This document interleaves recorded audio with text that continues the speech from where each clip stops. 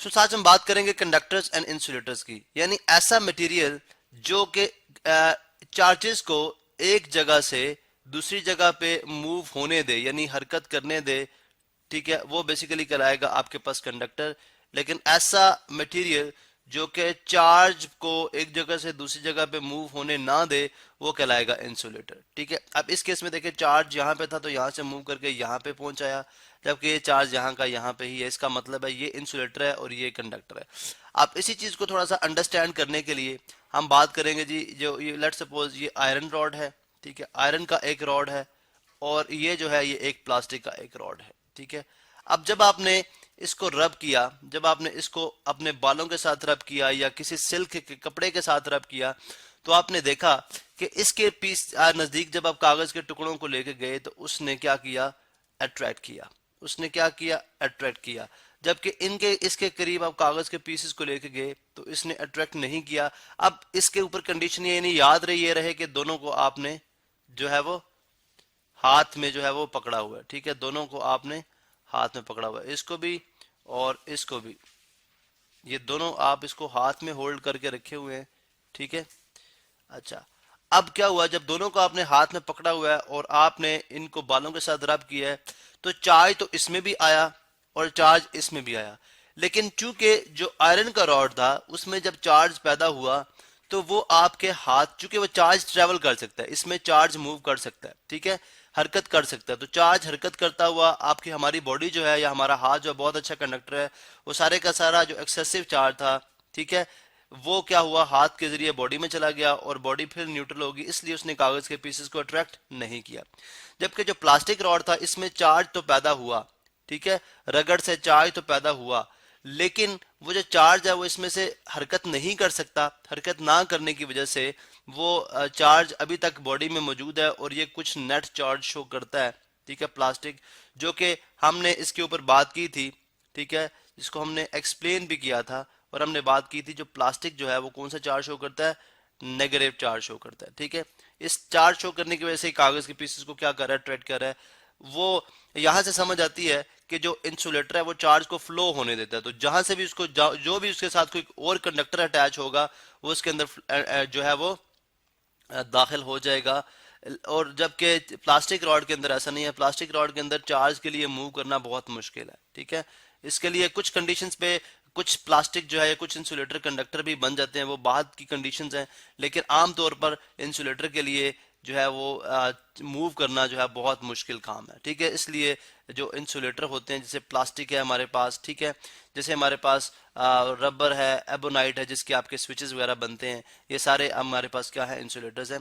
अच्छा, अब देखते हैं कि ऐसा क्यों है। यानी सबसे पहली बात कि ये अब क्वेश्चन ये है कि कंडक्टर कंडक्ट क्यों करता है और इंसुलेटर कंडक्ट क्यों नहीं करता, ये चार्जेस को क्यों रोकता है।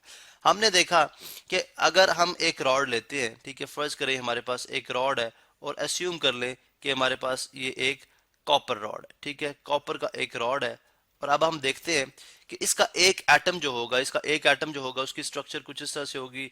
सेंटर में न्यूक्लियस है तो ये प्रोटॉन्स हैं, ठीक है, और साइड्स के ऊपर यानी जो शेल्स हैं इसके अंदर इलेक्ट्रॉन जो है वो रिवॉल्व करें लाइक दिस। ठीक है, इसी तरह जो है, मतलब अब उस शेल्स में हम जानते हैं कि दो इलेक्ट्रॉन फर्स्ट शेल में होंगे। ठीक है, चलें इस तरह से, और इसी तरह से बाकी अगले शेल्स में भी इलेक्ट्रॉन्स मौजूद होंगे। अब ये बेसिकली एटम का एक स्ट्रक्चर है, ठीक है, जो कि मैं यहाँ पे ड्रॉ कर रहा हूँ। ठीक है, जो कि बड़ा सिंपल सा है।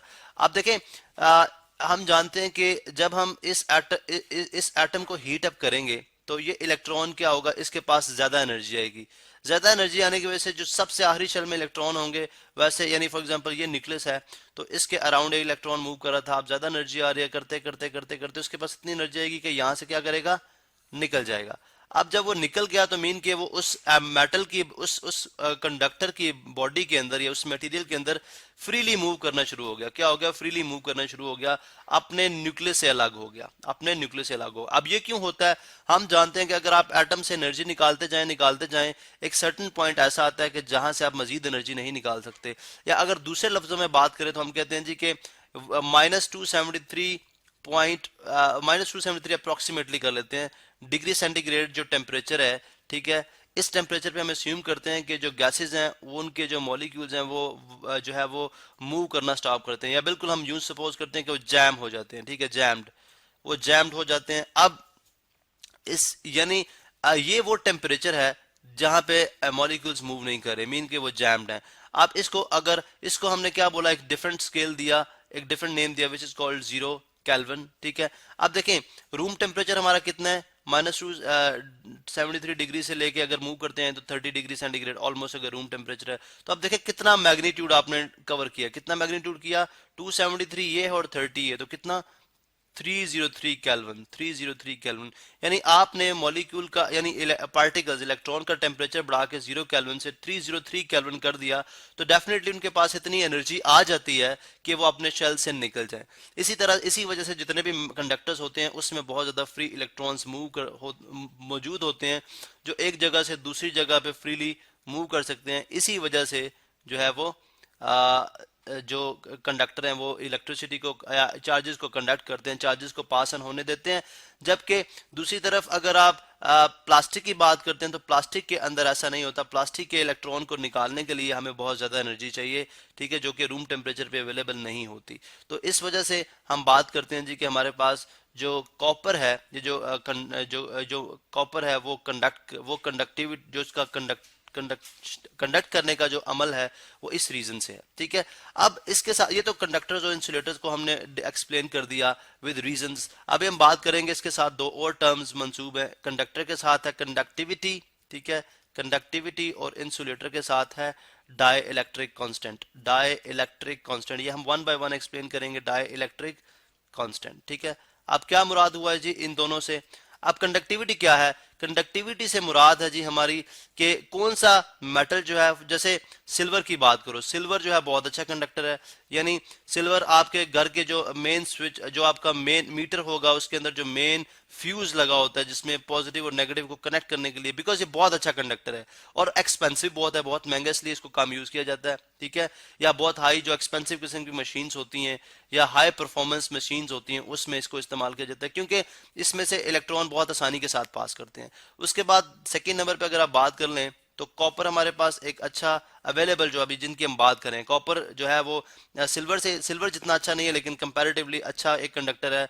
देन कम्स हमारे पास एल्यूमिनियम है, ठीक है। अब घर की सारी वायरिंग जो होती है, ठीक है, हाउस वायरिंग स्पेसिफिकली या जनरली जो है वो आ, सारी कॉपर से होती है, ठीक है, कॉपर से होती है। ये भी एक्सपेंसिव है लेकिन कंपैरेटिव टू सिल्वर सस्ता है। उसके बाद एल्यूमिनियम जिसके साथ मुख्तलिफ और एलिमेंट्स मिला के इसके अलॉयज बना के जो आपकी मेन वायर्स आ रही हैं, ठीक है, जो कि ट्रांसफार्मर से कनेक्ट होती हैं आके, वो बेसिकली जो है एल्यूमिनियम की बनी हुई है। तो कौन कितना कंडक्ट करता है, कैसे करता है, किसकी कंडक्टिविटी ज्यादा है कम है, ये आप हायर क्लासेस में पढ़ेंगे। लेकिन कंडक्टिविटी बेसिकली ये होता है कि कौन सा मटेरियल ऐसा है जो कि इलेक्ट्रॉन को फ्रीली मूव होने दे, बिल्कुल फ्रीली मूव होने दे, ताकि और ज्यादा से ज्यादा कंडक्ट कराए।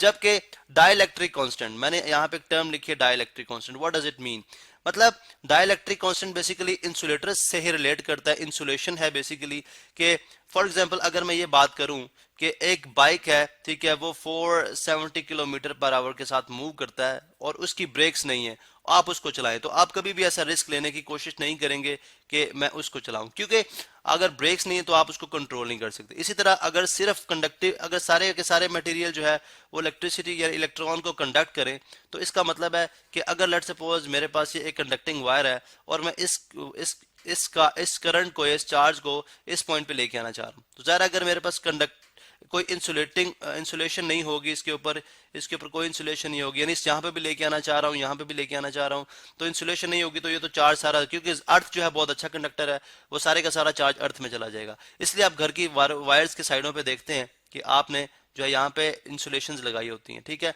अब वो इंसुलेशंस डिपेंड करता है कि जो इलेक्ट्रॉन्स मूव कर रहे हैं तारों के अंदर, उनके ऊपर कितनी एनर्जी लग रही है, कितना काम हुआ है, मीन कि कितना पुश डालते हैं वो। यानी इससे मुराद ये है, डाइलेक्ट्रिक कांस्टेंट से मुराद ये है कि एक तार जिसमें से करंट पास कर रहा हो और उसके ऊपर मैं एक कागज का पीस रख के, सिर्फ एक कागज का टुकड़ा रख के उसके ऊपर हाथ नहीं रखूंगा। मुझे पता है कि कागज दो के एक इंसुलेटर है, लेकिन इसका डाइलेक्ट्रिक कांस्टेंट इतना नहीं है कि इस चार्ज को रोक सके, इसलिए मुझे तब भी करंट महसूस होगा। तो मीन के मैं क्या करूंगा, एक तकरीबन 100 पेजेस रखूंगा ताकि इसका इलेक्ट्रिक डाइलेक्ट्रिक कांस्टेंट यानी इलेक्ट्रॉन को रोकने की सलाहियत बढ़ जाए, और मैं जो हूँ ये मेरे लिए कागज का पीस जो एज एन इंसुलेटर एक्ट कर सके।